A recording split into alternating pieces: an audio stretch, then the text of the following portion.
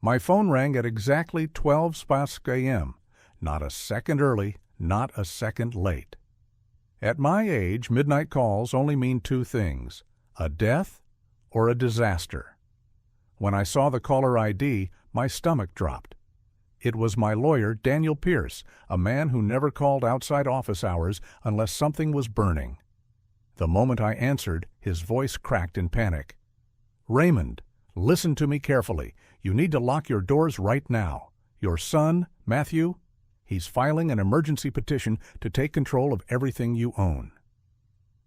I actually laughed because Matthew is my only son, my blood, my family. "Daniel," I said, "why would my own son do that?" There was a long pause. Then Daniel whispered, "Because he thinks you're going to die tonight." My hands went numb.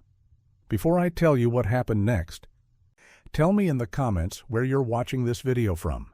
And if you believe greed can turn family into strangers, make sure to like this video and subscribe, because what my son planned still doesn't feel real.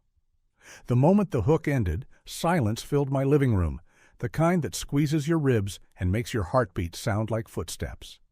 I held the phone tighter. "Daniel, what do you mean he thinks I'll die? Who told him that?" "Not on the phone," Daniel snapped. "Just secure your house. I'm driving to you now. 10 minutes. Don't open the door for anyone, not even if they say my name." My blood ran cold. "Daniel, is Matthew in danger?" "You're both in danger." The line clicked off. I didn't move right away. My mind kept replaying Daniel's words. "Your son thinks you're going to die tonight. Why? How?" I forced myself up and checked the front door. Locked, deadbolt tight. I turned around and froze. My back door was slightly open, barely an inch, but I knew I had locked it earlier that evening. I always did. Every night for the past 30 years, that door was the first I locked. My throat tightened. Someone had been inside. I stepped toward it carefully, gripping the wall for support. The wind pushed it open a little more, the hinges creaking softly like a whisper. I immediately shut it and locked it twice. Then I pulled the curtains shut. I could feel someone watching me. Not from outside, from somewhere inside the house. I moved through the kitchen slowly. Nothing looked out of place. No broken glass, no muddy footprints, no sign of forced entry. But something was wrong. The air felt different, heavier. Like the house was holding its breath. My phone vibrated. A message from Matthew. My heart stopped when I saw it. "Dad, are you feeling sick?" Sick? Was this what Daniel meant? I typed back, "No, why? What's going on?" No reply. I tried calling him, straight to voicemail. I swallowed dryly and walked into the living room. My medical record sat open on the coffee table. I froze where I stood. Those files were kept in my bedroom closet, behind boxes, inside a locked cabinet. Someone had taken them out. Someone had read them. I picked one up with trembling hands. Pages flipped open, notes highlighted, dates circled. February, April, June, blood tests, scans, follow-ups, everything. My stomach twisted. Someone wanted Matthew to think I was dying. Someone who knew I was getting older. Someone who knew exactly which documents would convince him. Before I could think more, a soft thump echoed upstairs. Footsteps. Slow. I grabbed the nearest thing, a heavy brass lamp, and held it like a weapon. "Who's there?" I yelled. Silence. Then another step, closer to the staircase. "Show yourself." Nothing. Just the long, slow creak of weight shifting on old wood. I moved toward the stairs cautiously, keeping my back against the wall. My breath fogged the air slightly. The upstairs light flickered and went out. Completely. Someone was up there. I tightened my grip on the lamp and whispered to myself, "Come on, Raymond. Don't collapse now." Halfway up the stairs, my phone buzzed again. A text from Daniel. "Whatever you do, Don't go upstairs. I froze mid-step. I typed quickly. Someone is up there. 3 dots appeared. Then, that's why I said don't go. My heart thumped painfully. Who is up there? I whispered. The reply came instantly. Not Matthew. The hairs on my neck rose. The thing upstairs took another step. Slow. Deliberate. Then I heard something that shattered my blood. A voice. A man's voice. Deep. Calm. Familiar. Raymond! My entire body turned to ice. It was my voice. The voice calling my name was my own.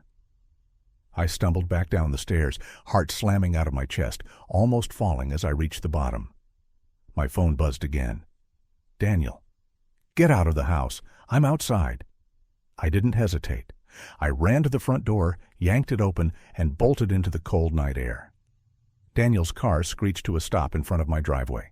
He threw open the passenger door. Get in! I dove inside, slammed the door, and locked it. As we sped away, I looked back at my house and saw a tall figure standing in my bedroom window, watching me. But the face wasn't clear, just a silhouette that looked exactly like me. Daniel drove like the road was on fire behind us. His hand squeezed the steering wheel so hard the leather groaned. Street lights streaked past the windows, and my breath still shook from what I'd heard inside the house. My own voice, calling my name. It shouldn't be possible. It couldn't be possible. But I had heard it, clear as day. Daniel glanced at me, his jaw tight. You saw it, didn't you? I swallowed. I don't know what I saw, but it wasn't Matthew. No, Daniel said. It wasn't. Then who the hell was it? He didn't answer. Instead, he pulled into an empty parking lot behind a shut-down grocery store. The overhead lights flickered weakly, buzzing like dying insects. Daniel parked, turned off the engine, and locked the doors manually, the way someone does when they're afraid. He faced me slowly. What I'm about to tell you, you cannot repeat to anyone. Not the police, not even Matthew. Not unless you want both of you dead. My stomach twisted. Daniel, stop with the riddles. I'm 70 years old. Just tell me what's happening. He exhaled sharply through his nose, forcing calm into his voice.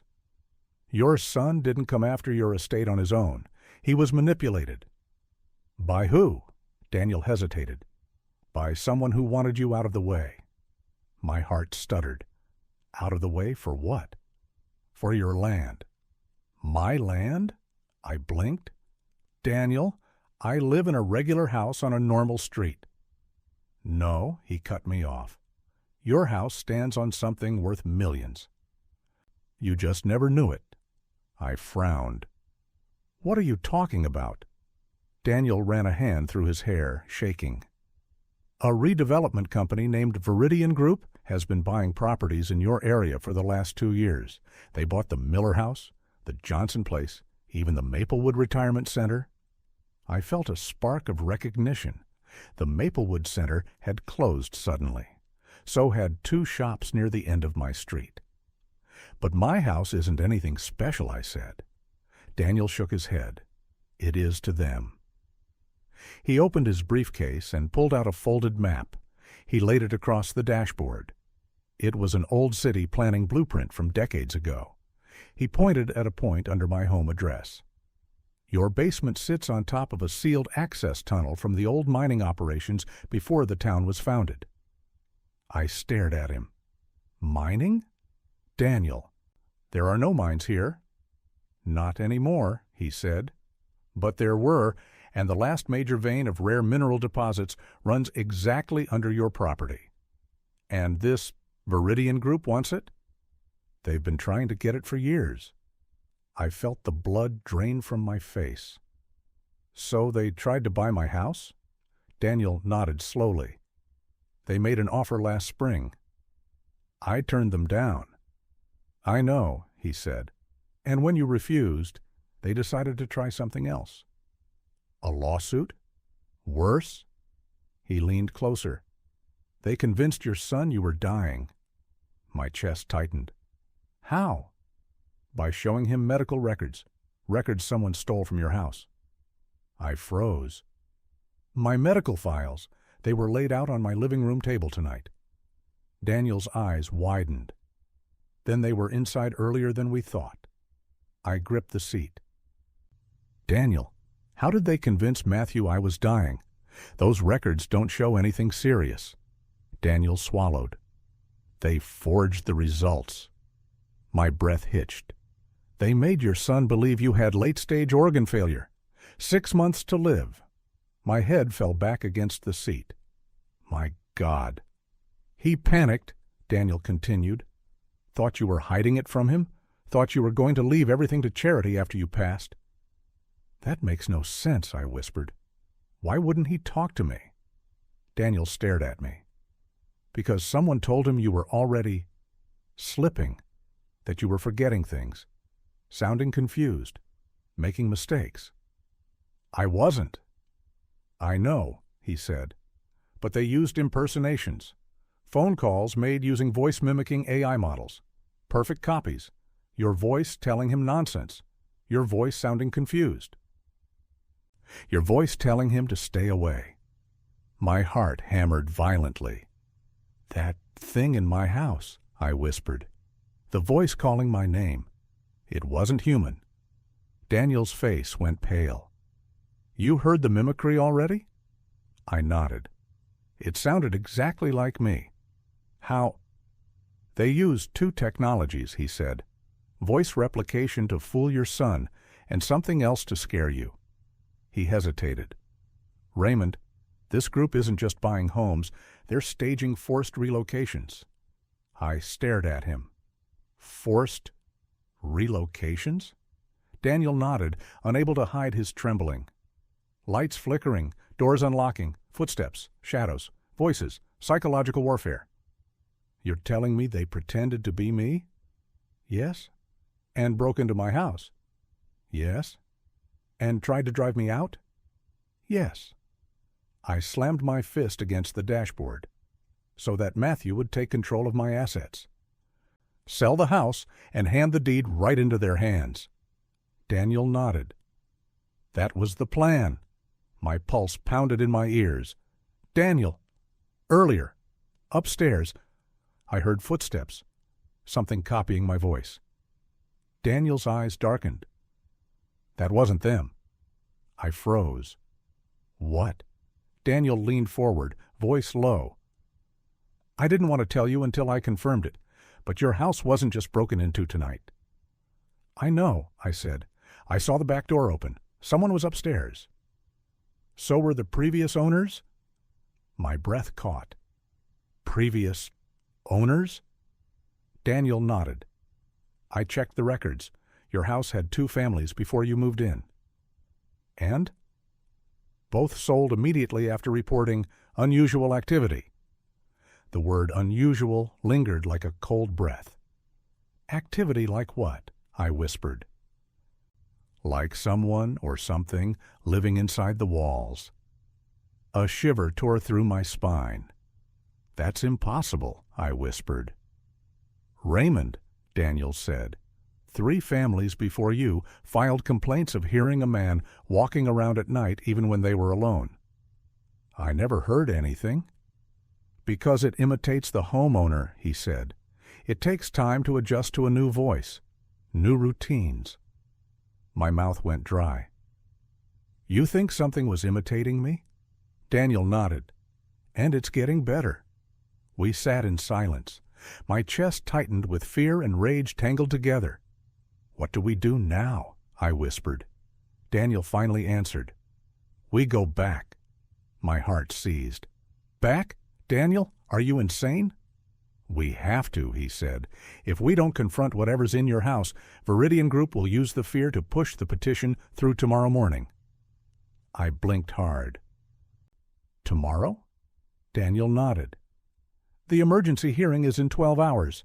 If your son still believes you're dying and mentally slipping, he'll be granted full control. And then I lose everything. Everything, Daniel confirmed. I clenched my fists. And this thing inside my house? Daniel's voice dropped. If we don't deal with it tonight, it might follow you. My blood turned to ice. What does it want? Daniel looked at me slowly. To replace you. A chill ran all the way down my spine. What do you mean, replace me? Daniel whispered. It was using your voice tonight. Next, it will use your face. Daniel didn't start the car right away. He just sat there, staring through the windshield like he expected something to emerge from the shadows and walk toward us. The air inside the car grew heavy. Daniel, I whispered. What exactly did you mean when you said it will use my face? He rubbed his temples. Imitators, whatever name these things used to have, don't just mimic voices. They watch, they study, and eventually, they wear. Wear? I repeated. He nodded. Imagine it taking your voice, then your walk, then your mannerisms, then your face, until even your own son wouldn't know the difference. I shivered. You're telling me something has been learning how to be me? Daniel looked at me with exhausted fear. I think it's been learning for years. My hands trembled uncontrollably. Then why didn't it attack before? Because it didn't need to. You were aging, slowing down. It was waiting. Something like that is patient. It needed a moment where your life could be taken without suspicion. And the company gave it an opportunity, I whispered. Daniel nodded. They scared your son into believing you're dying, isolated you, confused you. The imitator didn't have to do much, just finish the job. I felt the blood drain from my face. Daniel, how do you know all this? He didn't blink. Because I've dealt with Viridian Group before. They've used these things to clear out houses they couldn't legally buy. And you never reported it? He laughed bitterly. To who? The police? The courts? They'd say I'm insane. And Viridian has lawyers on retainer who could bury an entire city. I stared at him. So you helped me because... You're the first client I've ever had who listened, he said. Most people ignore the warnings until it's too late. He finally started the car. We're going back. My heart raced. Is that safe? No, he said, but staying away is worse. It needs you alive for the final mimicry, but it also needs you afraid. Once you stop running, once you stop being terrified, it loses strength. So what? We just walk in? No, we walk in and we trap it. Trap it? I whispered. With what? Daniel reached into his briefcase, opened a hidden compartment, and removed a small metal case.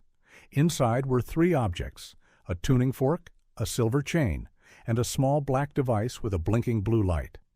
I frowned. What is all this? Noise, metal, and frequency, he said. The only things these imitators can't perfectly mimic or hide from. You've done this before?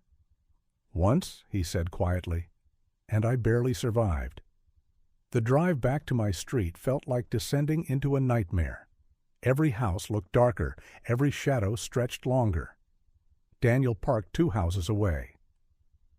We stepped out into the cold night air. My heart pounded painfully.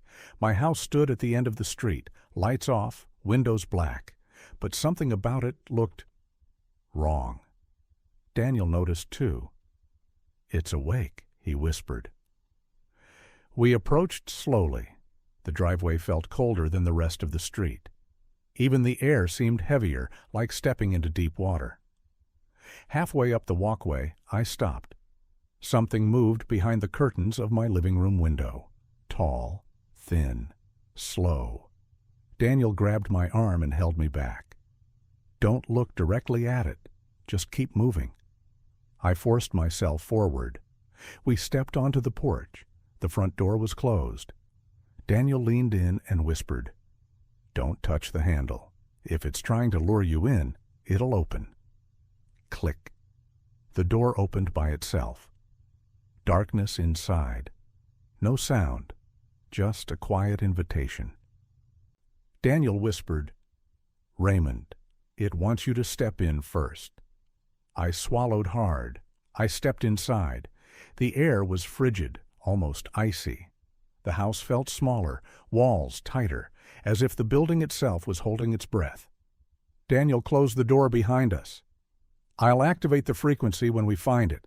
Until then, stay close." He tapped the tuning fork gently against his shoe. The faint metallic note hummed through the hallway. And then something upstairs moved. Fast, a sudden shuffle, a thud, a soft whisper. Daniel raised a hand. "It's trying to draw us up there." I whispered, "How do you know?" "Because the real one never stays on the upper floor." "What do you mean, the real one?" Daniel's voice tightened. "The original homeowner, the first one it copied." My eyes widened in horror. "You mean it still has his voice?" Daniel nodded. "It keeps every voice it's ever learned." A deep chill ran down my spine. The steps upstairs creaked again. Daniel leaned in. "That's not where we're going." He pointed down the hallway, toward the basement door. It was open, completely open. Darkness seeping out like liquid. I froze. "No," I whispered. "Daniel, earlier, someone was upstairs, someone with my voice." "If the mimicry was upstairs," Daniel said softly, "then the original form is waiting down there." I clutched the wall. "What original form?" He swallowed. "The part of it that doesn't look like you yet." My skin crawled. "What does it look like now?" Daniel shook his head. "I've never seen one that close to completion." We approached the basement door slowly. A cold draft seeped up the stairs, carrying a faint metallic smell. Blood? Rust? Something else? Daniel held up the tuning fork. "When I ring this downstairs, whatever is hiding will reveal itself. And when it does, you don't look directly at it. Copying requires eye contact." The thought made me want to step back, but I forced myself forward. I had lived in that house for decades. I had walked down those stairs thousands of times. But tonight, they felt foreign, wrong, as if each step had been rearranged. We descended slowly. Halfway down, something scurried across the concrete below. Fast, sharp, inhuman. Daniel whispered, "It knows we're here." When we reached the bottom, I stopped breathing. The basement looked destroyed. Boxes were torn open, my old clothes shredded, tools scattered across the floor. And on one wall, something was scratched into the concrete. My name, over and over. Raymond, Raymond, Raymond, dozens of times. My knees nearly buckled. "It's been practicing," Daniel whispered. "Writing your name until it looks perfect." My voice cracked. "Where is it?" Daniel tapped the tuning fork against a metal pipe. Ping! The note echoed through the basement. A long, vibrating hum. Then a slow, wet dragging sound came from behind the furnace. Daniel raised the device in his left hand as the blue light blinked rapidly. "Stay still," he whispered. I froze. Then something emerged from behind the furnace. At first all I saw was a hand, too long, too thin, fingers bent at the wrong angles, skin pale and stretched like wax. It crawled out farther. A head emerged next, bald, sunken, with no face, just a smooth surface where features should be. It turned toward us, and the smooth skin twitched, rippled, shifted. Trying to form something. Trying to form me. Daniel whispered urgently, "Raymond, don't look at it." I shut my eyes. Behind me, the thing let out a jagged breath. Then a whisper. My voice. "Raymond!" Daniel gripped my arm. "Now," he said, "while it's unfinished. Move." We ran toward the stairs. But halfway up, the creature shrieked behind us. A sound like metal tearing apart. A sound that shook the entire house. I stumbled, catching the railing. Daniel shouted, "Go!" But the creature was no longer dragging. It was running up the stairs behind us. The creature's footsteps slammed up the stairs behind us, too fast, too heavy, too wrong for anything human. Daniel pushed me ahead with both hands. "Don't stop! Don't look back!" I didn't. I couldn't. My legs burned as we climbed the last steps, and when we burst into the hallway, Daniel slammed the basement door shut. The impact shook dust from the ceiling. Something hit the other side of the door. Once, twice. Then a long, dragging sound, like nails scraping wood. I backed away, gasping for air. "Daniel, what now?" He held his device tightly, the blue light flickering in warning. "It's getting stronger. Once the mimicry begins, it gains mobility. When it finishes forming your face..." He didn't finish. He didn't have to. Another bang hit the basement door. The knob twisted violently, shaking. Daniel pointed down the hallway. "Living room, now!" We hurried toward the front of the house. The air grew colder with every step, like winter was crawling behind us. We entered the living room, and I immediately stopped. My family photos were rearranged. Every picture of me was moved to the center.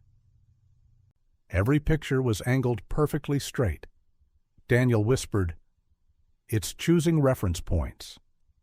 I felt my stomach twist. "You mean it studies my face from these?"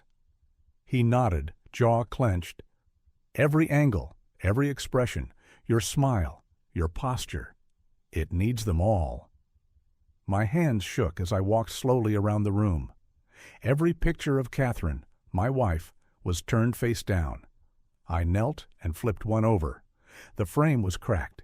Daniel whispered behind me, "It doesn't like competition. Anything familiar to you, it erases." "That's sick," I whispered. "No," Daniel said softly. "It's survival. Once it becomes you, you stop being necessary." Before I could respond, the basement door slammed open downstairs. Daniel grabbed my arm. "It broke the handle. We have seconds." He lifted the tuning fork again and struck it. The metallic hum rang through the living room. For a moment, silence. Then a low growl from the hallway. Daniel whispered, "It's disoriented. Move." We stepped toward the front door, but as we reached it, something moved in the corner of my eye. A silhouette stood at the end of the hallway. Tall, thin, head tilted slightly, like studying us. Its face was unfinished, half smooth, half forming features. My cheekbones, my jaw, my hairline. I backed up instantly. "Daniel, it looks like..." "Yes," Daniel whispered. "It's starting the last phase." The creature stepped forward, slow, deliberate, studying me like a mirror studies a reflection. Daniel raised the device. "Raymond, you need to get behind me." "No," I said, shaking. "I need to end this. I can't run from myself." The creature twitched. Then it spoke. My voice. "Raymond!" My knees nearly buckled. The thing's mouth wasn't fully formed yet, just a slit that widened and stretched, forcing the sound through. Daniel took out a silver chain. "When I tell you to move, you move. Understand?" I nodded, breath shaking. The creature stepped closer. Its movements became smoother, as if it was learning with each step. Daniel glared. "It's almost done copying your walk." Another step. Daniel hissed under his breath. "It's too fast. It's adapting." I grabbed the fireplace poker from beside the mantel. If I had to die tonight, I wasn't going down without fighting. The creature tilted its head again. I did the same without thinking, and it mirrored me instantly. Daniel whispered, "Stop. Don't move like yourself. It learns from every motion." I froze. The creature's empty eye sockets twitched, trying to shape themselves. Daniel lifted the chain.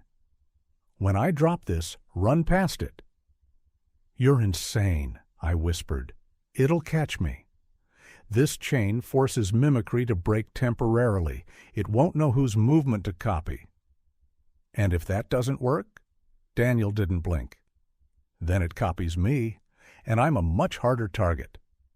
I stared at him, heart pounding. The creature took another step forward, and now its face was almost fully mine. I felt like I was staring at my own ghost, unfinished, hungry, wrong. Daniel raised the chain higher, wrapping it around his hand. "Raymond, ready?" I nodded, gripping the poker with both hands. The creature's mouth stretched wider, like it was preparing to scream. Daniel threw the chain. For a split second, time seemed to freeze. The silver loop fell over the creature's head. The moment the chain touched its skin, the creature convulsed violently, its body twisting like melting wax, its voice distorting into a static, broken echo. Daniel shouted, "Go, Raymond! Now!" I bolted forward. The creature swiped at me, but its limbs jerked unpredictably, like it couldn't decide which version of me to follow. I ducked under its arm, sprinted past it, and reached for the front door. The knob twisted under my hand. But the moment I pulled the door open, a hand grabbed my shoulder, cold, strong, wrong. Daniel screamed, "Don't turn around!" I froze. The creature's fingers dug deeper into my shoulder. I squeezed my eyes shut. "Daniel, help!" "Stand still," Daniel yelled. "If you turn, it'll finish the face." The creature's breath brushed my ear. My own voice whispered, "Raymond!" I gritted my teeth. Then Daniel tackled us both. Everything blurred. The creature was ripped away from me. Daniel slammed it against the wall, the silver chain glowing like hot metal. The thing writhed, its face flickering between mine and the empty smoothness. Daniel roared, "Get out of the house!" I stumbled to my feet and reached the door. "Not without you!" "Yes, without me!" he shouted. "It's almost done copying you. Go!" The creature shrieked again, this time with a perfect copy of my voice. Daniel yelled one final command. "If it finishes the face, run. Don't hesitate. Don't stop. Run!" As Daniel pinned it down, the creature's face flickered, and suddenly, my own eyes stared back at me. Perfect, complete, identical. Daniel screamed, "Raymond, run!" The moment Daniel shouted, I ran. Not because I wanted to, but because the thing on the floor wasn't becoming me anymore. It was me. Perfect face, perfect voice, perfect posture, a mirror, alive and breathing. I sprinted out the front door and stumbled onto the lawn. Cold air hit my lungs like ice. Behind me, the creature screamed. My scream. "Help! Daniel, help me!" It was flawless, horrifying, designed to make me hesitate. But Daniel yelled back, "That's not him! Keep going!" I ran to the street, stumbled, nearly fell, and then a gunshot, sharp, final, echoing through the neighborhood. Silence followed. I turned. Daniel stood in the doorway. The creature, the version of me, lay collapsed on the hallway floor, silver chain burning into its skin. Its face melted like wax, folding back into something hollow and unfinished before finally dissolving into nothing. Daniel lowered the gun, shaking. "It's over," he whispered. I walked back slowly, trembling from shock and cold. Is it dead?" I asked. Daniel nodded. "And Viridian Group?" I whispered. His eyes hardened. "They just lost their weapon. And tomorrow morning we'll walk into that courtroom together and expose every forged record, every manipulated test, every lie." I swallowed hard. "And Matthew?" Daniel put a hand on my shoulder. "Your son was a victim. He'll know the truth now." I stared at the melted remains on my hallway floor, the thing that almost became me, the thing that almost replaced me. For the first time that night, I felt alive, truly alive. Daniel exhaled. "Let's get you somewhere safe." I nodded, stepping outside as dawn began to rise. Behind us, the house creaked, as if finally letting out the breath it had been holding for years.